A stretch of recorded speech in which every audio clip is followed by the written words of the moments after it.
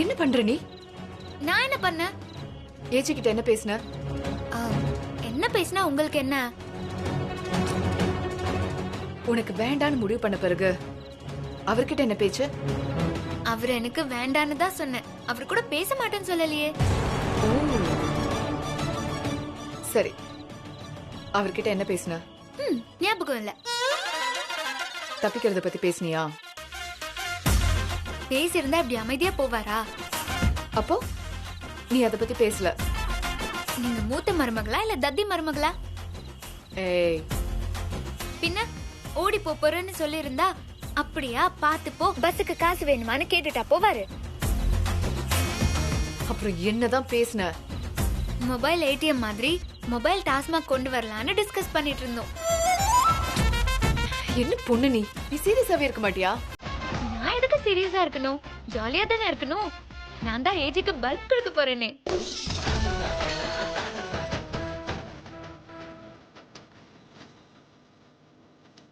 நான் சீரியஸா கேக்குறேன், ஏஜே கிட்ட எதுக்கு போன?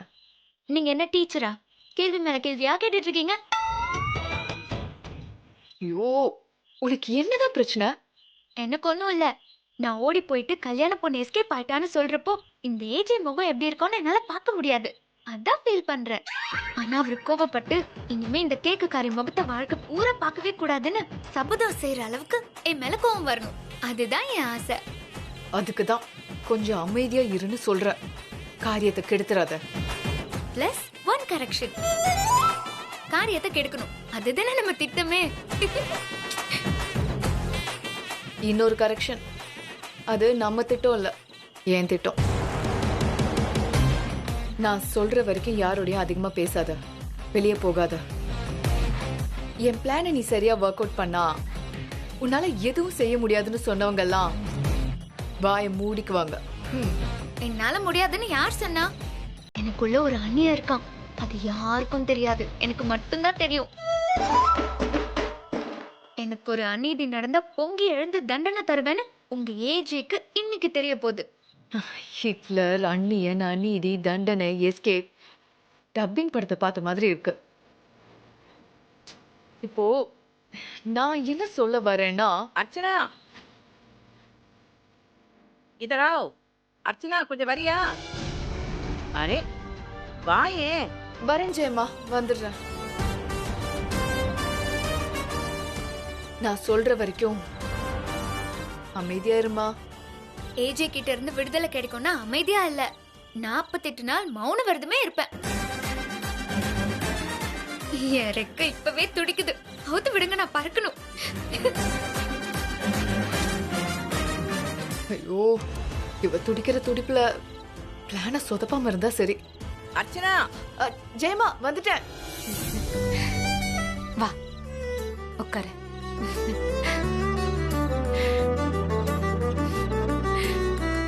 நம்ம கெஸ்டா கூட வர முடியாத இந்த வீட்ல நீதான் இன்னைக்கு சீஃப் கெஸ்ட். இத நம்பர் தான் இல்லையான்னு கூட எனக்கு தெரியல. இதுக்கு நீ அதிர்ஷ்டம் செஞ்சிருக்கணும். நீ கால் வைக்கிற இடம்லாம் பிரச்சனை தான் வரும்னு நினைச்சேன். ஆனா இப்ப நீ என்னைக்கு கால் எடுத்து வைப்பேன்னு இவ்ளோ பெரிய குடும்பம் காத்து கிடக்கு. காசு கொடுத்து மருதாணி வாங்கி வைக்கிற நாம எங்க? மெஹந்தி ஃபங்க்ஷனே இவ்ளோ காஸ்ட்லியா பண்ற இவங்க எங்க? இதுக்கே இப்படினா கல்யாணத்தை எப்படி செய்வாங்களோ நினைச்சாலே தூக்கமே வர மாட்டேங்குது. என் கண்ணே பற்றும் போல இருக்கு. மம்மி தலைக்கால் புரியாத சந்தோஷத்துல இருக்காங்க. நான் பாதியிலே ஓடிடுவேன். இந்த ஃபங்க்ஷன் நடக்காதுன்னு தெரிஞ்சா தாங்குவாங்களா?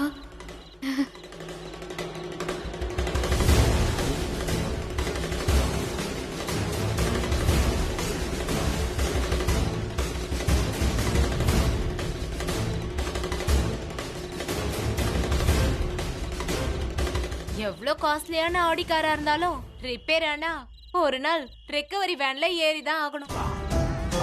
பாத்தியா, உன்னோட 3 மருமகளும் சரண்டர் ஆயிட்டாங்க. உன்னை எவ்வளவு திட்டினாங்க. திட்டின வாயில இப்ப வாழ்த்தி தான் ஆகணும். சித்ரா, மிளகா பொடிய கலந்து அப்படியே உடம்பு பூரா தொடவணும் போல இருக்கு. வரப்போற அத்தைக்கு நல்ல ட்ரெஸ்ஸா நெட்ல சர்ச் பண்ணி புது டிசைனா செலக்ட் பண்ணி வச்சிருந்தேன். ஆனா இந்த ஹாசினி அத்தியா வந்து அதே ட்ரெஸ்ல என்ன முக்காடு போட வச்சுட்டாளே. ஏய் ஷு.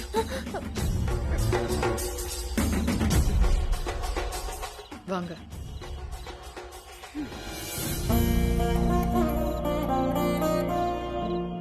ஸ்வேதா, மெஹந்தி வைக்கிறது யாரு? பியூட்டி பார்லர் பொண்ணுமா. நிக்கிதா, இங்க வாங்க.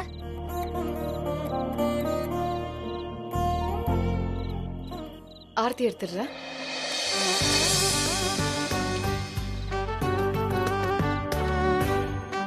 வரவேற்கிறதுக்கு தான் பூஜை செய்வாங்க, முடி போறதுக்குமா செய்வாங்க?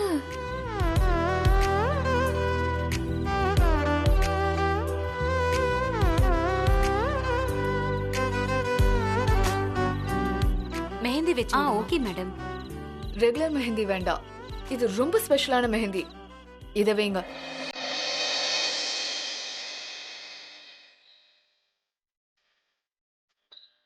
முறைப்படி அத்தை தான் மருமகளுக்கு மெஹந்தி வைக்கணும்.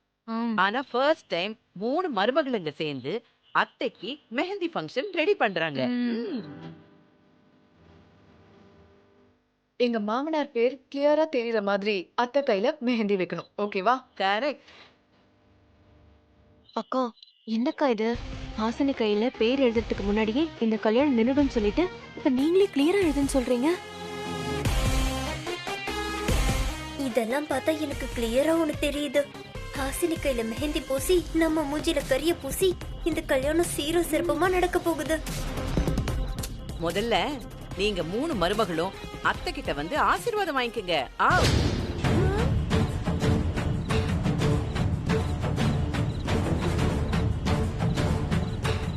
கால்ல வேணுமா? அதுவும் இவ கால்லையா? ஐயோ, எனக்கு மயக்கமே வர மாதிரி இருக்கு. வாய்ப்பே இல்ல. எனக்கு ஆல்ரெடி மயக்கம் வந்துருச்சு. என்ன அப்படியே கைத்தாங்களா கூட்டிட்டு தண்ணி இல்லாத கிணத்துல தள்ளி விட்டுருங்க. இவகிட்ட ஆசீர்வாதம் வாங்குறதுக்கு அதுவே பெட்டர்.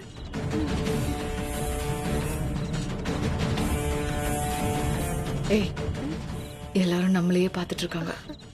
ஜெயாமாவுக்காக கொஞ்ச நேரம் கஷ்டப்பட்டு நடிங்க. இந்த அத்தையை மதிக்கிறதுக்கு மருமகளுங்களுக்கு விருப்பம் இல்ல போல இருக்கு.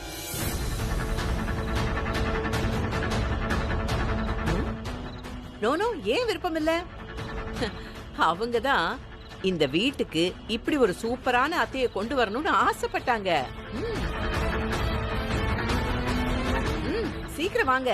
என்ன சோஷியல் டிஸ்டன்ஸா? அதெல்லாம் அப்புறம். வாங்க வாங்க, ஆவ், ஜல்தி ஆவ். இந்த அத்தையோட ஆசீர்வாதம் கிடைக்க நாங்க கொடுத்து வச்சிருக்கணும். இதுக்காக தானே இத்தனை நாள் கஷ்டப்பட்டோம். அந்த சந்தோஷத்துல இருக்கோம், அவ்வளவுதான். வேற ஒண்ணும் இல்ல.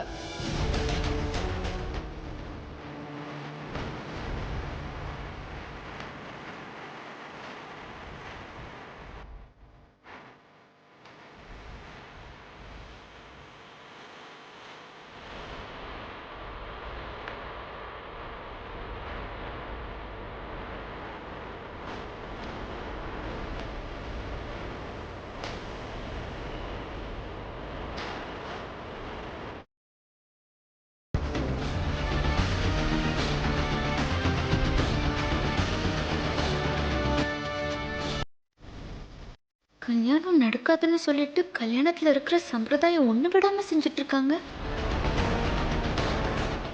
இந்த அர்ச்சனா ஏதோ ராங்கான ரூட்ல போற மாதிரி இருக்கு. அந்த ஹிட்லருக்கு என்ன கல்யாணம் பண்ணி வச்சு பழி வாங்கிடுவாங்களோ?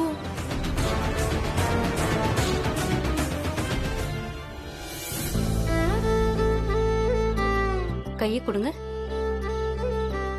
பேர் எப்படி எழுதணும்? ஏஜேன்னு எழுதணுமா இல்ல அபினவ்னு எழுதணுமா? ஹிட்லர்னு எழுது, மங்களகரமா இருக்கும். இந்த அர்ச்சனை போற போக்க பார்த்தா 2 பேருக்கும் ஃபர்ஸ்ட் நைட்டுக்கு ஏற்பாடு பண்ணிருவாங்க போல இருக்கு. கையில எழுதுற பேரு காயறதுக்குள்ள பொறக்க போற குழந்தைக்கு பேர் வைக்க அலையணும் போல இருக்கே.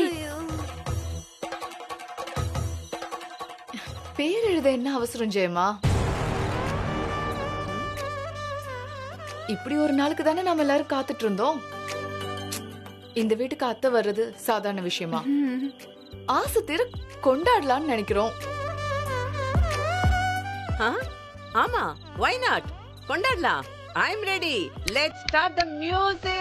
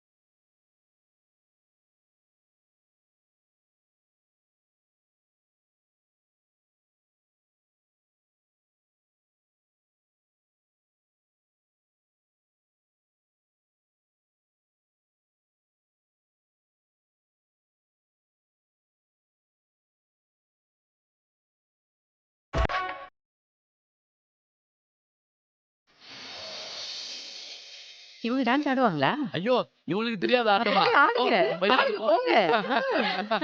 ஸ்லோ மோஷன்ல போறாங்க.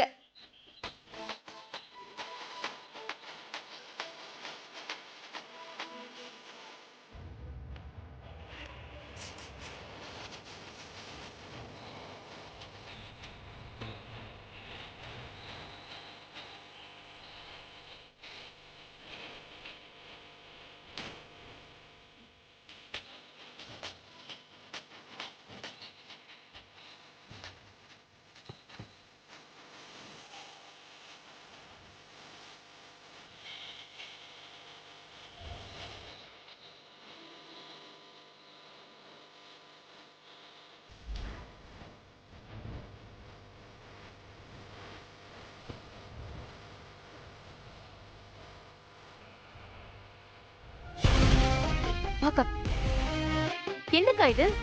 ஹாசினி தானா போயிடுவான்னு சொன்ன, அப்படி ஒண்ணும் நடக்கலையே. ஏஜி கிட்ட இருந்து அவளை பிரிச்சு துரத்துவீங்கன்னு பார்த்தா 2 பேரும் ஒண்ணா டான்ஸ் ஆடிட்டு இருக்காங்க. அந்த ஹாசினி ஹாப்பியா இருக்கிறத பாக்க பாக்க என் வயிறெல்லாம் எரியுது. அவ போவாளா மாட்டாளா? நீங்க சொன்னது இப்ப நடக்குமா நடக்காதா? அவ போவா, போயே தீருவா. எப்போக்கா? அடுத்த மெஹந்தி ஃபங்க்ஷன் தான். அவ கையில ஏஜி பேரை எழுதிட்டா அவ்வளவுதான், தலையெழுத்தை எழுதின மாதிரி. எங்க கனவு நிறைவேறாதா? நிச்சயமா நிறைவேறும். ஏன்னா பிளான போட்டது நான். நீங்க கவலைப்பட வேண்டாம். நீங்க ஒதுங்கி நின்னு வேடிக்கை மட்டும் பாருங்க, மத்தத நான் பாத்துக்கிறேன். Just wait and see. Okay? Okay.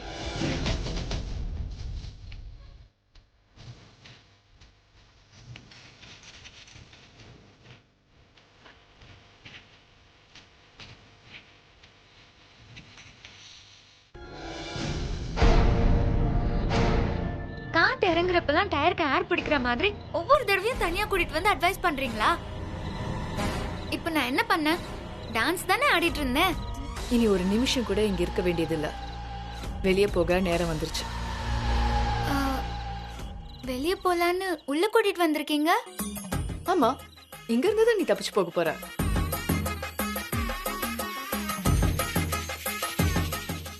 இந்த வீட்ல இருந்து சிட்டி அவுட்டர் வரைக்கும் ஏதாவது கொகை ரெடி பண்ணிருக்கீங்களா? குகை இல்ல, கூட.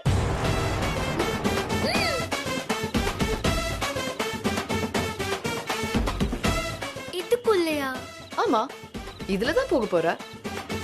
இதுக்குள்ள போனா வெளியே போக முடியாது, மேலதான் போகணும். நான் என்ன ரகல பண்ணிட்டு இருந்த பூதமா என்ன கூட கொள்ள வச்சு அடைக்க? என்னாலலாம் இதுக்குள்ள போக முடியாது. ஹலோ, இந்த சின்ன கூடைக்குள்ள போக முடியாதுன்னா பெரிய கூடை மாதிரி இருக்கிற இந்த வீட்டுக்குள்ள ஏஜே கிட்ட மாட்டிக்கிட்டு சாவ. பரவாயில்லையா? சரியான இருட்டுக்குள்ள வந்து மாட்டிக்கிட்டேன். பின்னாடி போனா பாம்பு, முன்னாடி வந்தா பள்ளம். இதுக்கு வேற ஆப்ஷனே இல்லையா? நான் என்ன குவிஸ் ப்ரோக்ராம் நடத்திட்டு இருக்கேன் ஆப்ஷன் கொடுக்கறதுக்கு? 2 ஆப்ஷன் தான் இருக்கு. 1, நீ இதுல தப்பிக்கிறது. 2, ஏஜே பேரை உன் கையில எழுதுறது. Choice is yours. எனக்கு அப்பவே தெரியும் உன்னால எதுவும் செய்ய முடியாதுன்னு. ஏன் முடியாது? என்னால எல்லாம் செய்ய முடியும். ஆனா அதுக்கு உயிரோட இருக்கணுமேன்னு பாக்குறேன். ஓ, அப்படியா? சரி, அப்ப வா. உனக்கு 2வது ஆப்ஷன் தான் கரெக்ட். ஏஜேவை கல்யாணம் பண்ணிட்டு அந்த 7 கண்டிஷனை மனப்பாடம் பண்ணு. வா. ஐயோ, வேண்டாம் வேண்டாம். ஏஜோட வாழ்றதுக்கு சாவே பெட்டர்.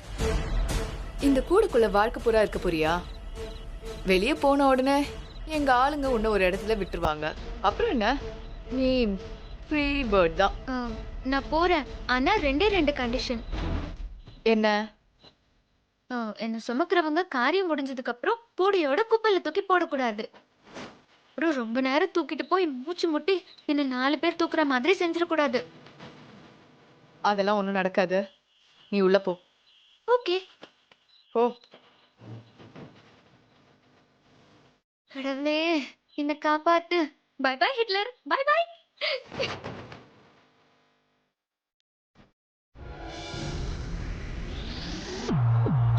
அப்பாடி, ஒரு தொல்லை ஒழிஞ்சது.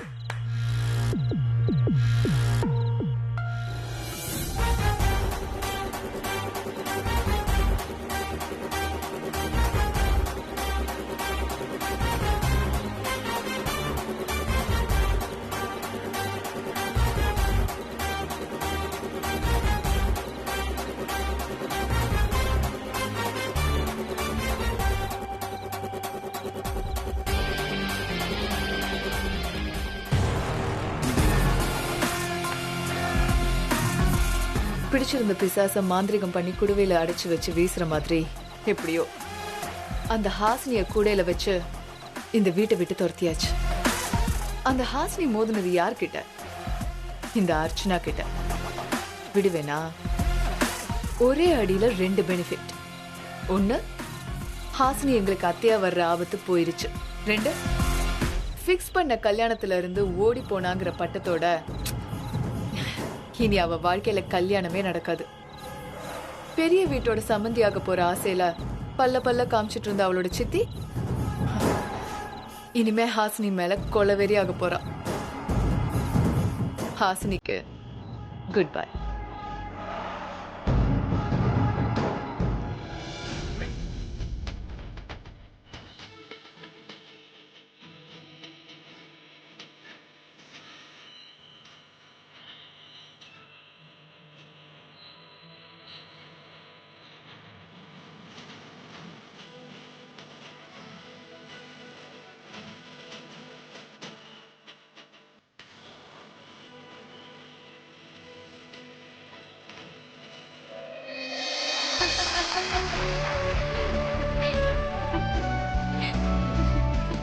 சரி, டான்ஸ் ஆனதெல்லாம் முடிஞ்சு போச்சு. அடுத்து என்ன? மெஹந்தி தானே?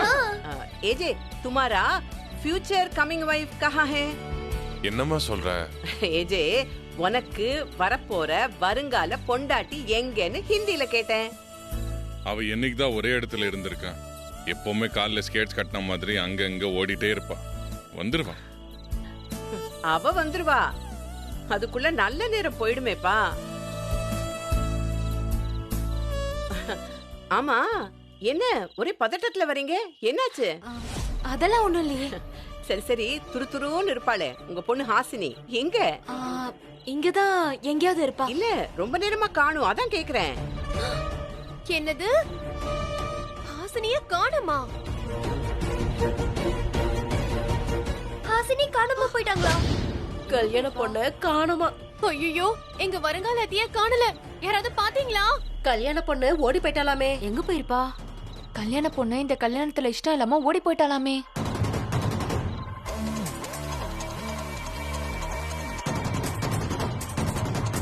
கல்யாணத்துல விருப்பம் இல்லாம போயிருப்பாளோ? ஐயோ, ஏன் இப்படி ஆளாளுக்கு வாய்க்கு வந்தபடி எல்லாம் பேசுறீங்க? இங்கதான் எங்கேயாவது இருப்பா. இப்ப வந்துருவா. அவசரப்பட்டு பேசாதீங்க. என் பொண்ணு ஒண்ணு அப்படிப்பட்டவல்ல. அது மாதிரி எல்லாம் செய்ய மாட்டா. ஏன் செய்ய மாட்டா? இதுக்கு முன்னாடி உங்க மக தப்பே செய்யாத மாதிரி பேசுறீங்க.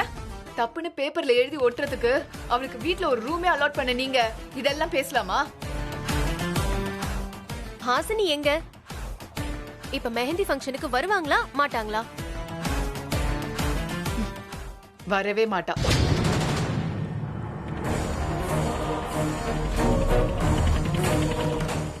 என்ன வர மாட்டா? எப்படி அவ்வளவு உறுதியா சொல்றீங்க? என்னமோ உங்ககிட்ட சொல்லிட்டு போன மாதிரி பேசுறீங்க.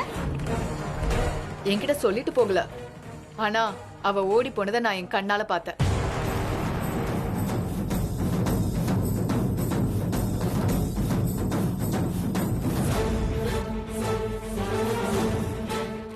எல்லாத்துக்கும் ஒத்துக்கிட்டு எல்லா ஏற்பாடும் பண்ணி அப்புறம் எதுக்கு பாதியிலே ஓடணும்?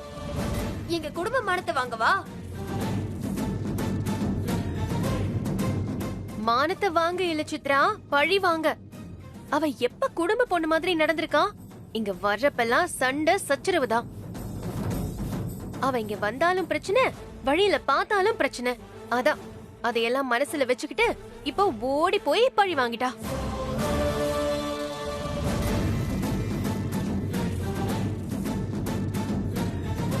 இவ்வளவு தூரம் நடந்து போச்சு. விஜய், இந்த மெஹந்தி ஃபங்க்ஷனை கேன்சல் பண்ணிடலாமா? வேணாம், மெஹந்தி ஃபங்க்ஷனை நிறுத்த கூடாது. சொன்ன டைமுக்கு இந்த ஃபங்க்ஷன் நடக்கணும். நடக்கும்.